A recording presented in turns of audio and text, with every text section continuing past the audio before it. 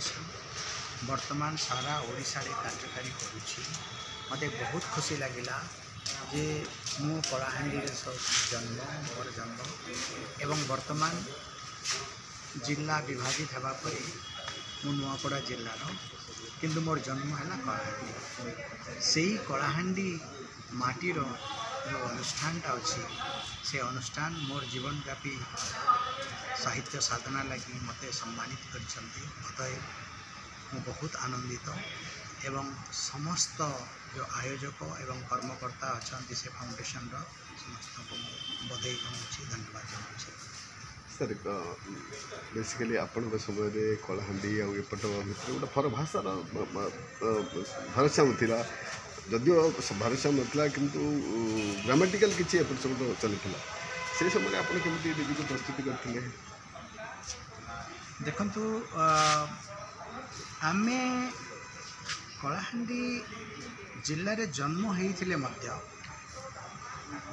वर्तमान जो आंचलिक भाषा को गोटे भाषार मान्यता दि जाऊ बोलिकी कथा उठुची से समय से नथिला। अतएव ओडिया भाषा जोटा कि मानक भाषा ताकू नहीं ही आम पाठ पढ़ुले और मानक भाषा ही आमर पढ़ार मध्यमटा थिला। केबे असुविधा अनुभव करने बही सहित अक्वेंटेड गोटा भाषा आमे अनेक असुविधा अनुभव करिछु। आपण एमती देखिबे बेले मु नवम श्रेणी लेखा लिखि आरंभ करिछि।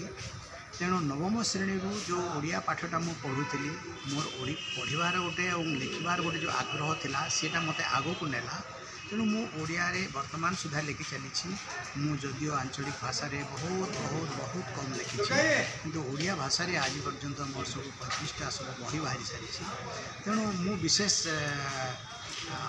किसी अलग अनुभव करूना किंतु गोटे कथाटा है मुझे अंचलर जेहेतु लोक तेणु मोर जो संस्कृति अच्छी परंपरा अच्छी पर्वपर्वाणी अच्छी दे देवता जो अच्छा वाद्ययंत्र सब अच्छी जो भाषा सब अच्छी से शब्द गुड़ाक बहुत मोर कवितारे मोर लेखारे मोर उपन्यास रे मोर प्रबंध मानक सब रही जो जेते अनेक बड़ बड़ अनुष्ठान माने मते सम्मानित करिसेंती।